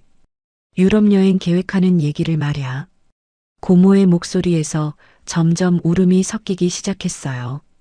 도균아, 너 그동안 우리 오빠한테 어떻게 그렇게 할 수가 있니? 한순금 고모의 목소리가 격해졌어요. 매일 새벽 5시에 일어나서 너희를 위해 밥 차려놓으셨는데 너는 거들떠보지도 않았다면서. 그 정성스러운 된장찌개, 계란말이, 김치. 그게 다 아버지 사랑인데. 고모. 도균의 가슴이 먹먹해졌어요. 고모의 말 하나하나가 가슴에 비수처럼 꽂혔습니다. 30년간 하루도 안 빠지고 우동집에서 땀 흘리면서 너 하나만 바라보고 사셨어. 너 학원비, 대학 등록금, 결혼자금. 그거 해주려고 오빠가 어떻게 한 줄 너 몰라서 그래. 고모가 본격적으로 울기 시작했어요. 밤늦게 대리운전까지 하면서 몸이 아파도 참으시면서 왜? 너 때문에. 오직 너 때문이야. 저는 그런데 너는 뭐 했어? 아침에 안녕히 주무셨어요. 하고 살가운 인사 한 번 제대로 한 적이 있니? 아버지가 차려주신 밥상 앞에 앉아서 고맙습니다. 한마디 한 적이 있어? 한순금 고모의 울음소리가 더 처절해졌어요. 우리 오빠가 얼마나 외로우셨을지 알아? 언니 돌아가시고 3년 동안 너만 믿고 사셨는데 너는 아버지를 투명인간 취급했잖아. 고모가 잠시 울먹이며 말을 멈췄어요. 뭔가 더 말하고 싶지만 차마 하기 어려운 표정이었습니다. 고모. 한참 침묵이 흘렀어요. 고모의 거친 숨소리만 들렸습니다. 그런데 그게 다가 아니야. 고모의 목소리가 떨렸어요. 뭔가 더 큰 충격적인 이야기를 해야 하는 것 같았습니다. 도균아, 너 아버지가 폐암이라는 거 알았니? 폐암이요? 도균의 얼굴이 창백해졌어요. 순간 세상이 멈춘 것 같았습니다. 고모의 말이 귓속으로 들어오는 순간 머릿속이 완전히 하얘져서 아무 생각도 할 수 없었어요. 아버지가 폐암? 다리에 힘이 풀리면서 벽에 기대지 않고서는 서 있을 수 없었습니다. 가슴이 갑자기 조여오면서 숨을 제대로 쉴 수 없었어요. 6개월에서 1년. 그게 남은 시간이래. 그래서 생일날 너한테 다 얘기하고 집도 정리하고 모든 걸 정리하려고 하셨던 거야. 아버지가 폐암이시라고요? 혼자서 그 무서운 병원 진단받고 혼자서 죽음 선고받고 너한테 의지하고 싶으셨을 텐데 너희가 얼마나 아버지한테 무심했으면 아버지가 그 지경이 될 때까지 알지도 못하고 눈치도 못 채고 있었던 거니? 너 진짜 아들 맞아. 고모의 목소리가 찢어지듯 울렸어요. 마지막일지도 모르는 69번째 생일을 아버지가 얼마나 기대하셨는지 알아? 이번엔 정말 특별하게 해드리고 싶다는 너희 말 믿고 얼마나 기뻐하셨는지. 고모. 도균은 더 이상 서 있을 수 없었어요. 주저앉으면서 두 손으로 얼굴을 감쌌습니다. 그때 아버지의 얼굴이 떠올랐어요. 자신들이 특별한 생일을 해드리겠다고 했을 때 보여주셨던 그 환한 미소가 말이에요. 평소 무뚝뚝하던 아버지가 그렇게 기뻐하시던 모습. 아버지가 그렇게 기대하고 계셨구나. 그런데 너희들은 뭐 했어? 거짓말하고 유럽 여행. 죽어가시는 아버지 혼자 두고 파리에서, 로마에서 즐겁게 사진 찍고 있었잖아. 한순금 고모가 처절하게 울부짖었어요. 나도 알고 너도 아는 거잖아. 우리 오빠가 너를 얼마나 사랑하는지. 평생을 너만 바라보고 살아오셨는데 왜 그런 아버지 사랑을 짓밟았니? 30년간 새벽부터 밤까지 일하시면서 우리 도균이 때문에 못 견디겠다는 말 한 번 안 하신 분이야. 우리 도균이가 있어서 행복하다고만 하신 분인데 도균과 정수진은 완전히 말을 잃고 서 있었어요. 그런 아버지한테, 죽어가시는 아버지한테 이게 보답이야? 이게 효도야? 한순금 고모의 처절한 울음에 두 사람의 마음도 무너져 내렸습니다. 지금 와서 뭐라고 할 거야? 우리 오빠가 3일 전에 울면서 전화했을 때, 이제는 정말 아들을 포기하겠다. 혼자 죽을 준비를 해야겠다고 하셨어. 내가 당장 간다고 해도 오지 마라고 다시 연락한다는 말이 마지막 통화였어. 한순금 고모가 울먹이며 계속했어요. 도균아, 수진아, 어서 아버지 찾아. 지금 당장. 네, 고모. 저희가 아버지가 조용한 곳에서 남은 인생을 보내겠다고 하셨어. 고향으로 가신다고 하시더라. 아마 통영 쪽일 거야. 통영이요? 응. 거기 친한 동생분이 계셔서 가끔 연락하시거든. 박철수 씨라고. 혹시 그분한테 연락해보면 알 수도 있을 거야. 너 박철수 씨 알지? 고모의 목소리가 다급했어요. 무슨 수를 써서라도 찾아. 그리고 무릎 꿇고라도 사과해. 네, 고모. 꼭 그렇게 할게요. 나한테도 소식 있으면 바로 연락해. 그리고 혹시 아버지 소식 들으면 내가 먼저 연락할게. 고모가 마지막으로 말했어요. 전화가 끊어지고 나서 도균과 정수진은 한동안 말이 없었어요. 도균은 바닥에 주저앉은 채 두 손으로 머리를 감쌌습니다. 온몸이 떨렸어요. 아버지가 이런 큰 병에 걸렸다고? 아직도 믿어지지 않았어요. 건강하셨던 아버지가 폐암 말기라니. 그것도 6개월에서 1년밖에 남지 않았다니. 여보, 우리가 아버님께 도대체 무슨 짓을 한 거야? 정수진이 떨리는 목소리로 말했어요.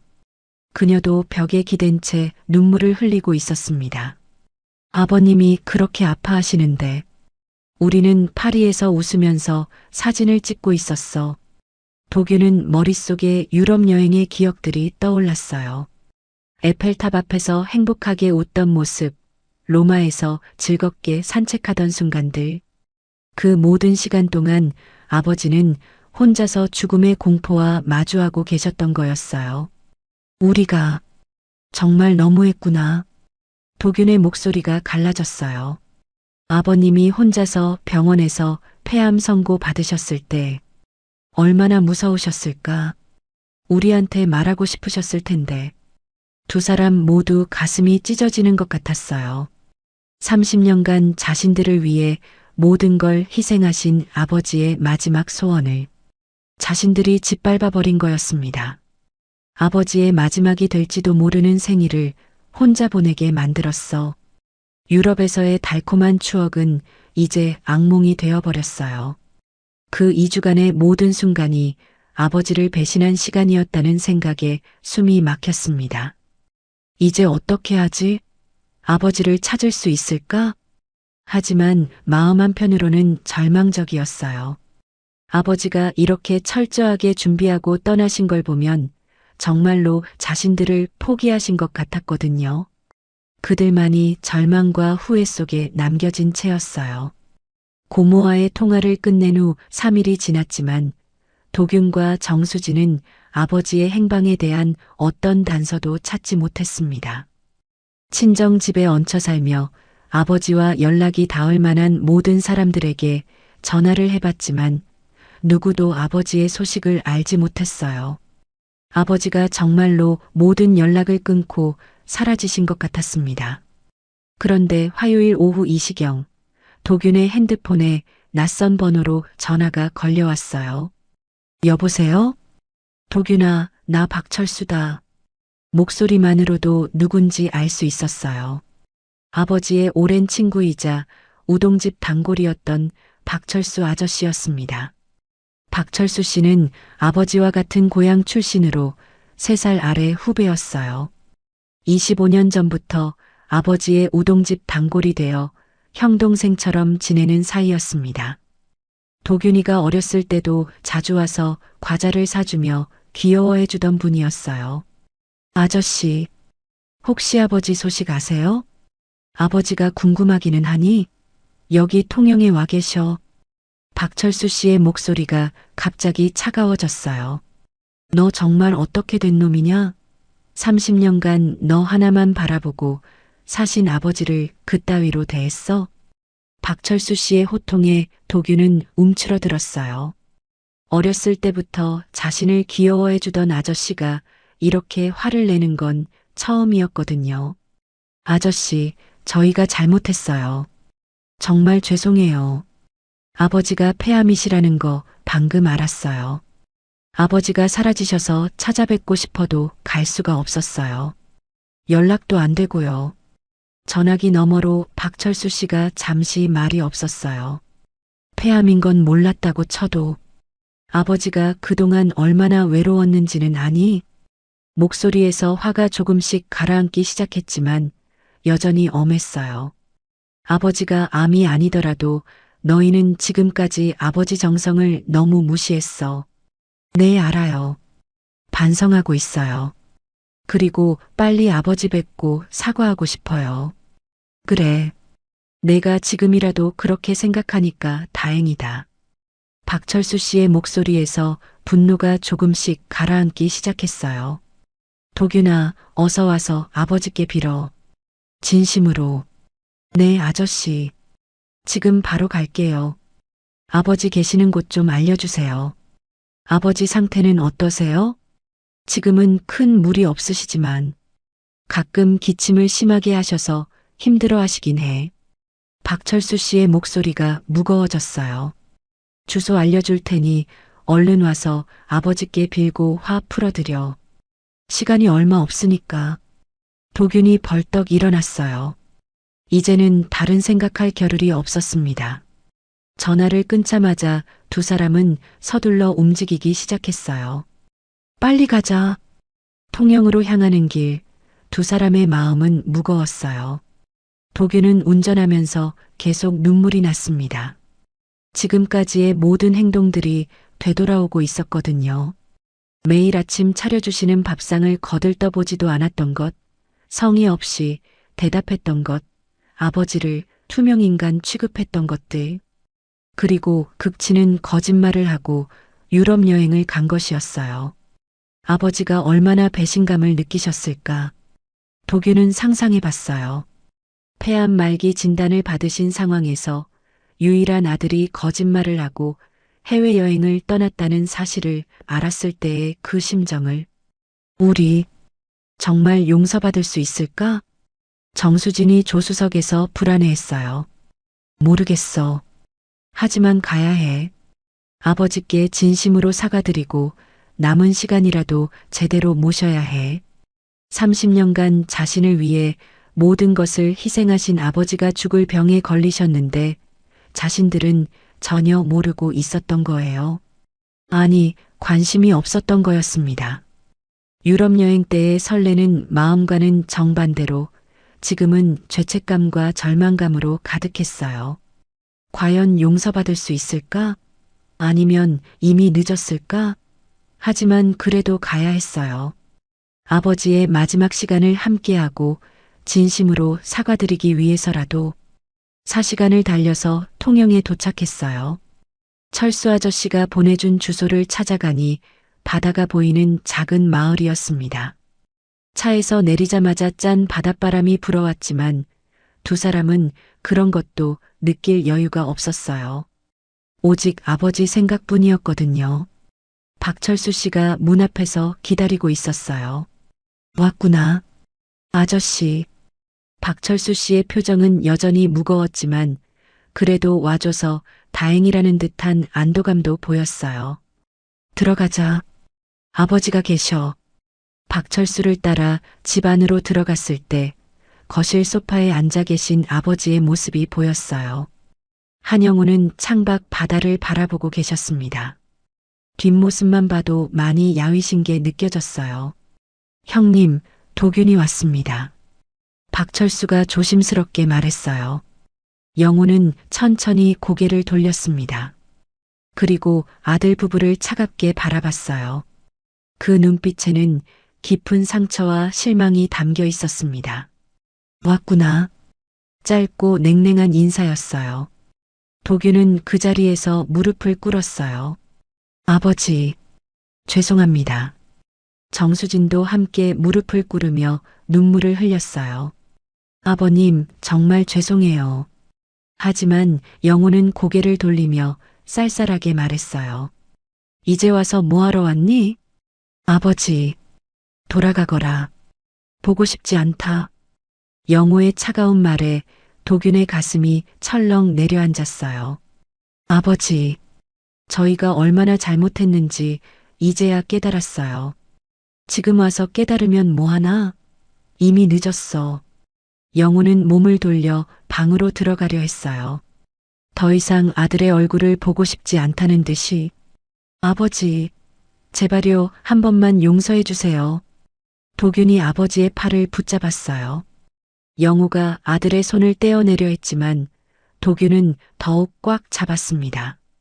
아버지, 매일 새벽부터 정성껏 차려주신 아침밥상, 저는 한 번도 고맙다는 말씀 못 드렸어요. 아버지를 완전히 무시했어요. 정수진도 무릎을 꿇고 아버지 앞에 엎드렸어요. 아버님, 저희가 평소에 아버님을 얼마나 소홀히 대했는지. 수진의 목소리가 떨렸어요. 아버님이 정성껏 해주신 모든 일들을 당연하게만 생각했어요. 아버님 마음은 한 번도 헤아리지 못했고요. 정말 죄송해요. 이제서야 죄송하다고? 영우가 쓸쓸하게 웃었어요. 너희들 때문에 마지막이 될지도 모르는 내 생일을 혼자 보낸 내 마음을 알기나 하니? 영우의 목소리가 떨리기 시작했어요. 폐암 진단받고 얼마나 무서웠는지 알아? 혼자서 병원 복도에 앉아서 울었어. 너희들한테 말하고 싶었는데 너희들은 나한테 관심도 없었지. 아버지, 너희들이 유럽에서 웃으며 사진 찍고 있을 때 나는 혼자서 죽음의 공포와 싸우고 있었어. 밤마다 숨이 막혀서 잠도 못 자고. 그 말에 도균과 정수진은 목 놓아 울기 시작했어요.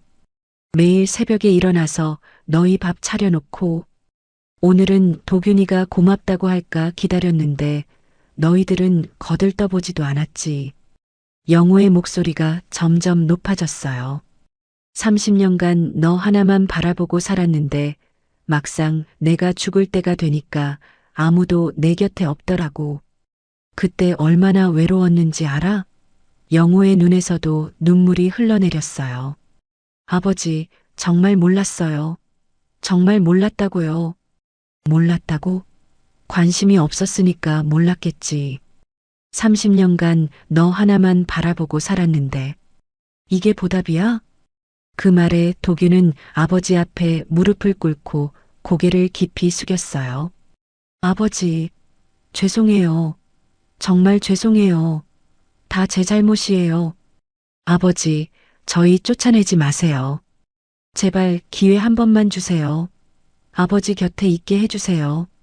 아버님, 저희가 진심으로 뉘우치고 있어요. 아버님을 제대로 모실게요. 제발. 정수진도 함께 애원했어요. 하지만 영호는 더 이상 듣고 싶지 않다는 듯이 일어났어요. 그만해라. 이제 와서 그런 소리 해봤자 소용없어. 아버지. 도균이 다시 아버지의 다리를 붙잡으려 했지만 영호는 거칠게 뿌리쳤어요. 놓으라고. 이제 나는 아들 없다고 생각할 거야. 영호는 방으로 들어가 문을 쾅 닫아버렸어요. 도균과 정수진은 방문 앞에서 계속 애원했습니다. 아버지, 저희 말 좀 들어주세요. 아버님, 제발요. 하지만 방 안에서는 아무 대답이 없었어요. 밤이 깊어가도 두 사람은 거실에서 울며 밤을 새웠습니다. 다음 날 아침 영호는 여전히 차갑게 대했어요. 돌아가거라. 아버지, 더 이상 볼 것도 없다. 결국 도균과 정수진은 용서받지 못한 채 서울로 돌아갔어요. 일주일 후, 그 다음 주말, 도균과 정수진은 다시 통영으로 내려왔습니다. 아버지, 또 왔습니다. 도균이 조심스럽게 말했어요. 영호는 여전히 차가운 표정이었어요. 또 왔구나. 아버지, 저희 진짜 뉘우치고 있어요. 일주일 내내 후회했어요. 정수진도 눈물을 흘리며 말했어요. 아버님, 저희 잘못을 깨달았어요. 제발 기회를 주세요. 영호는 한참을 두 사람을 바라보다가 깊은 한숨을 쉬었어요. 정말 뉘우치고 있다는 거냐? 네, 아버지. 진심이에요. 그럼 조건이 있다. 도균과 정수진이 희망에 찬 눈으로 바라봤어요. 매주 주말마다 여기 와서 근처 양로원에서 봉사활동을 해라. 네. 그리고 그 과정에서 내가 무엇을 느꼈는지, 진짜 깨달은 게 있는지 나에게 솔직하게 말해봐라. 네, 아버지. 정말 열심히 할게요. 그래, 그것을 통해 네가 무엇을 느끼게 되었는지 네가 알게 되면 좋겠구나. 알겠습니다. 네, 아버지. 정말 열심히 할게요. 아버지, 감사해요. 정말 감사해요. 도균이 아버지의 손을 잡고 울었어요. 그날부터 도균과 정수진의 진정한 속죄가 시작되었습니다.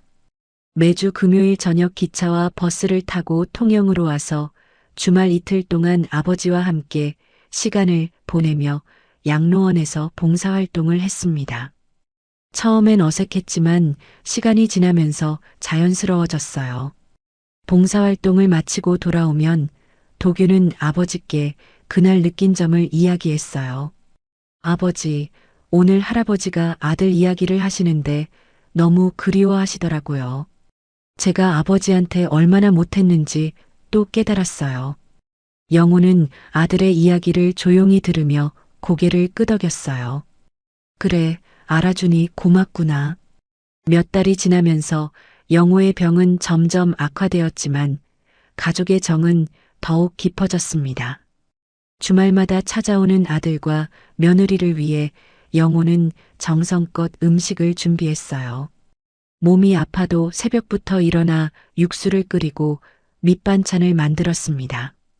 어느 주말 아침 도균과 정수진이 눈을 뜨니 부엌에서 맛있는 냄새가 났어요. 아버지, 벌써 일어나셨어요? 응, 너희들 아침 준비해야지. 앞으로 내가 얼마나 할 수 있을지도 모르는데. 그 말에 도균과 수진의 눈에서 눈물이 흘렀습니다. 영호는 며칠 전부터 준비한 사골 육수로 따끈한 국을 끓이고 있었어요. 밥도 갓 지어서 윤기가 자르르 흘렀고 정성스럽게 만든 밑반찬들이 상에 가득했습니다. 자, 앉아서 먹어라. 식기 전에. 세 사람이 둘러앉은 작은 식탁. 영호가 직접 끓인 사골국은 정말 깊고 진한 맛이었어요. 와, 정말 맛있어요, 아버지. 도균이 국을 한 숟가락 떠먹으며 감탄했어요. 그동안 내가 똑같이 끓여준 국인데 마음가짐이 달라지니까 맛도 다르게 느껴지는 거지. 영호의 목소리에는 아쉬움과 동시에 기쁨이 섞여 있었어요. 정수진도 밥을 한 입 먹고는 눈물이 글썽거렸어요. 아버님, 정말 맛있어요. 하지만 두 사람의 마음 한편에는 애잔함이 있었어요. 이런 행복한 아침이 언제까지 계속될 수 있을까 하는 생각 때문이었습니다. 아버지. 도균의 목소리가 떨렸어요. 왜 그래? 아버지 마음을. 이제야 알 것 같아요. 정수진도 조용히 고개를 끄덕였어요. 아버님이 매일 이렇게 정성껏 말을 잇지 못하고 눈물만 흘렸습니다. 영호는 두 사람의 손을 잡았어요. 괜찮다. 나는 지금이 너무 행복해.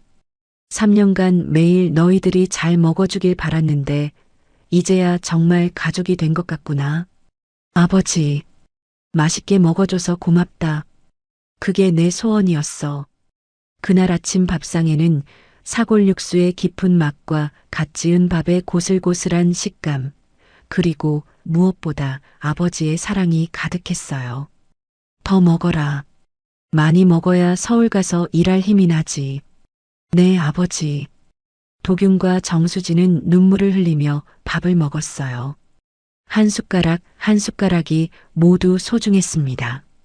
영호는 두 사람이 밥을 먹는 모습을 흐뭇하게 바라봤습니다. 나는 평생 너희들 밥상 차려주는 게 행복했어. 아버지, 이제 이렇게 맛있게 먹어주니까 그걸로 됐어. 남해 바다가 보이는 작은 집의 아침 식탁에서 세 가족은 진짜 가족의 의미를 느끼고 있었어요. 비록 시간은 얼마 남지 않았지만 이 순간만큼은 세상에서 가장 행복한 가족이었습니다. 밥상 위로 따뜻한 아침 햇살이 비치고 창밖으로는 푸른 바다가 일렁이고 있었어요. 그리고 그 모든 것을 아버지의 사랑이 감싸고 있었습니다. 부모의 사랑은 참 신기합니다. 30년간 매일 아침 정성스럽게 차려주던 밥상, 자식 하나 제대로 키우려고 새벽부터 밤늦게까지 일하던 그 노고들이 모두 무조건적인 사랑에서 나온 것이죠. 우리도 어쩌면 부모님의 그 사랑을 당연하게 여기며 살고 있는 건 아닐까요? 시간은 기다려주지 않습니다. 후회하기 전에, 늦기 전에 부모님께 진심 어린 감사 인사를 전해보세요.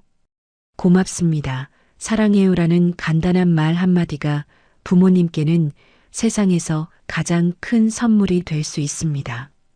오늘 집에 가시면 부모님께 안부 전화 한 통 어떠실까요?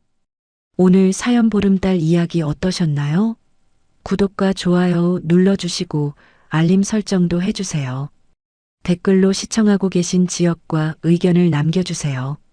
사연 보름달 다음에도 재미있는 사연으로 찾아뵙겠습니다. 항상 건강하시고 행복하세요. 감사합니다.